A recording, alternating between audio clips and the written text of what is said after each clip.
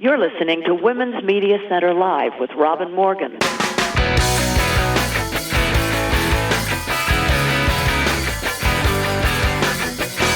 Welcome to Women's Media Center Live. I'm Robin Morgan. Well, we have had ourselves an election. While we're not completely certain of all the results yet, here's what we do know for sure. Democracy won the day. So did Democrats. Here's the takeaway. It was a stunning rebuke and defeat for the GOP. It was the best midterm election performance for the party in the White House in 20 years. It was the best midterm performance for the party in the White House going back 100 years, other than one single year after 9/11 when the country rallied around the flag. Wow. Now, today's podcast will of necessity be short, since we won't know all of the results until sometime this week, and also we're heading for a December 6th runoff in the Georgia Senate race. So, for this week only, our Fighting Words segment at the end of the program will be now, and it will swallow our Inside the Headlines segment, collapsing them into one single report. Ready? And here we go. The blue tide confronts the red dribble. Those are fighting words.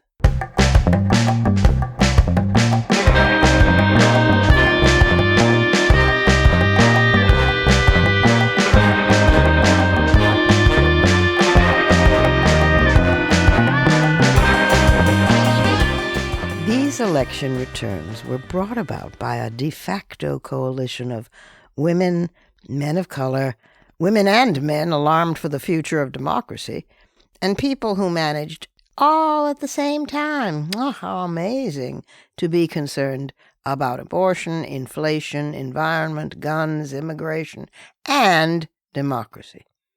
And most of all, it was brought to us by the youth vote. There's even a new Gen Z member of Congress, 25-year-old Max Frost. He says, "The perspective I bring as a young person, as a young Black Latino person from the South, is important." His background is in activism, including work with the student-led anti-gun violence movement March for Our Lives that was born at Parkland in the high school massacre. And his campaign focused on issues like gun violence, reproductive rights, and climate change, issues of particular salience to young voters. He's from Orlando in Florida. And, get this, he's also a rock and roll drummer. You gotta love it.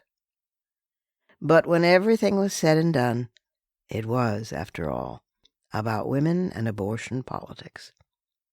There were signs going into the election that young women were especially incensed by the Supreme Court's ruling, and that has been reinforced by exit polls, which found that abortion was the top issue for 44% of voters under age 30, far more than the population share that picked inflation. Women were also more likely than men to say that abortion was their top issue in exit polls. That's 33% versus 22%. Abortion is likely to reshape the country's whole political landscape for years to come. Abortion rights activists now have momentum. They can push for referenda or ballot measures like those passed in Kansas and Michigan, likely doing so in states with active or pending bans like Ohio, Oklahoma, and Missouri. The subject is at last out of the closet, and the word is losing or has lost its stigma. Yes, more than 220 Republicans who questioned or denied the 2020 election results have won in the midterms so far. Yes, Stacey Abrams made Georgia safe for voting by people of color, but then lost her own gubernatorial race because, sadly, it came down to the sexism of many black men. Yes, Beto O'Rourke came close, but only close, in Texas. Terrific Val Demings lost in Florida. Trump-endorsed fake hillbilly Vance beat Tim Ryan in Ohio. So, no, we cannot afford to relax our vigilance or our activism. But, Fetterman beat Oz. And Michael Bennet won way above expectations in Colorado. While in the governor's races in Pennsylvania, Josh Shapiro trounced anti-abortion obsessed Mastriano. Gretchen Whitmer triumphed in Michigan. And, of course, New York got its first elected woman governor, Kathy Hochul. We don't yet know the results in the Senate or the House, but based on the vote so far in Arizona, mild-mannered Katie Hobbs is intensifying her lead ahead of slick election denier Kari Lake. She's not amused, Kari Lake. And incumbent Democrat Mark Kelly has really widened his lead against Blake Masters. Meanwhile, in Nevada, Democratic Senator Catherine Cortez Masto carried the first round of mail ballots in Clark County, which includes Las Vegas, and in Washoe County, that's home to Reno. She carried those by 2-1. But at this exact moment, it's a razor-thin difference and a nail-biter. However, based on these figures and on patterns of the vote still to be counted in Nevada, I think Mastro will pull it out and win. And based on the patterns of the vote yet still to be counted in Arizona, I do believe that Kelly will win. If both Nevada and Arizona come through, that gets Democrats to 50 seats and control of the Senate. Yeah.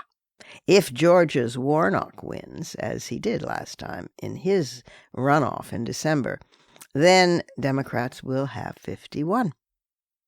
That would mean that Joe Manchin is off the hook, and Democrats wouldn't need to genuflect to him for everything. Meanwhile, Democratic Congresswoman Abigail Spanberger has been reelected in Virginia's 7th District in a race widely considered a litmus test of how Democrats would fare in swing districts during an election cycle that historically favors Republicans. Now, even if Republicans do take the House, they will probably have something like 222 seats, only 4 more than needed for a majority, which means that Kevin McCarthy will have a difficult, if not hopeless, shot at becoming Speaker of the House.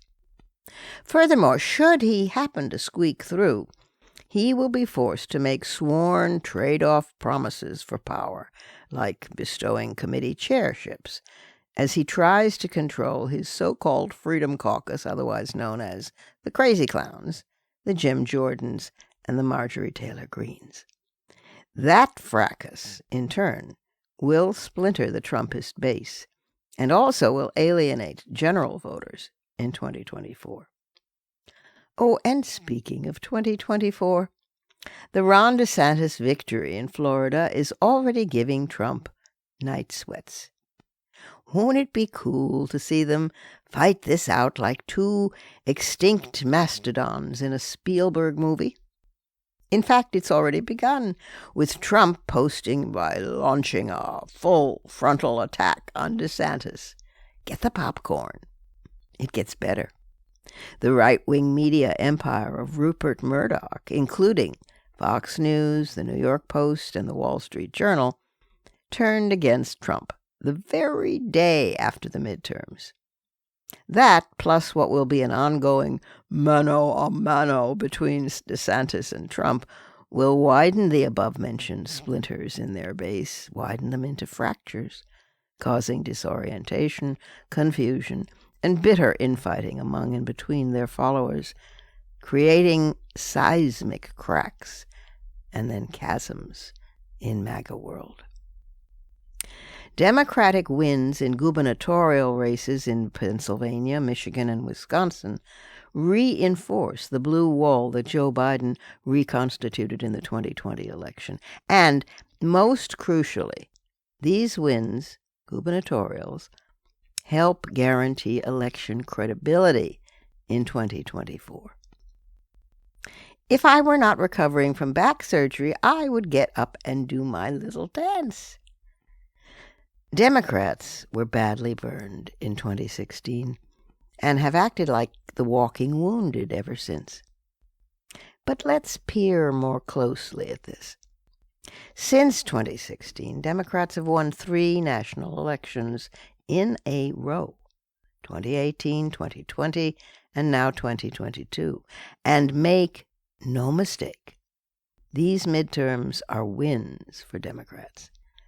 Republicans are in disarray, they're disillusioned and disappointed. What a tragedy for a once great party. As for Democrats, though, it's time they stop sniping at Biden. Give me a break.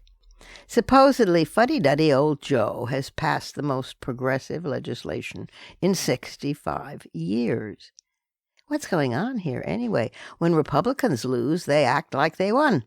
When Democrats win, they act like they've lost. It's time to stop all the hand-wringing, naysaying, hair-tearing. Despair is so unfashionable, and frankly, it's boring. Democracy triumphed, at least for now. But as we know, it's not a spectator sport, nor is it one that can or should be dabbled in or tried out or tested at the last possible moment. Ordinary Americans stood in line queuing to vote, some of them for hours and hours on end. Dear, dear Americans, it's time to stop listening to polls and pollsters before an election and listening to MAGA maniacs after one. It's time to listen to ourselves.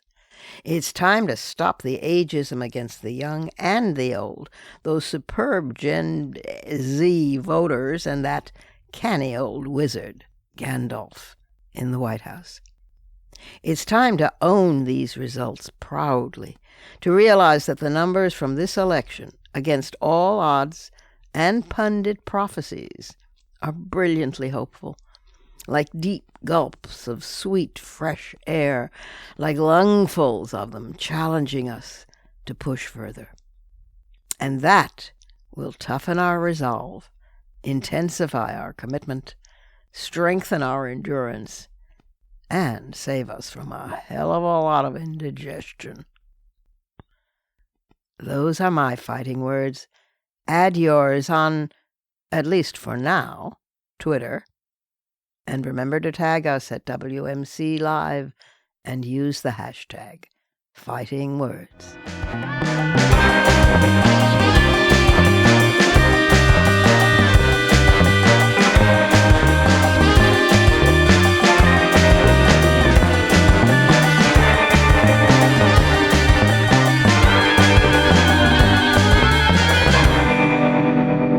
And that's our show for this week.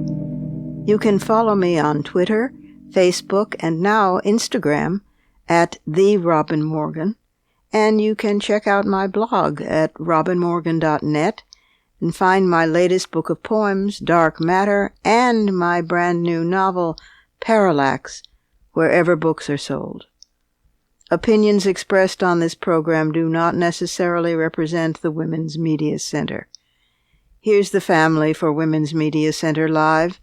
Executive producer as well as founding and sustaining sponsor Regina K. Scully, WMC president and co-executive producer of this program Julie Burton.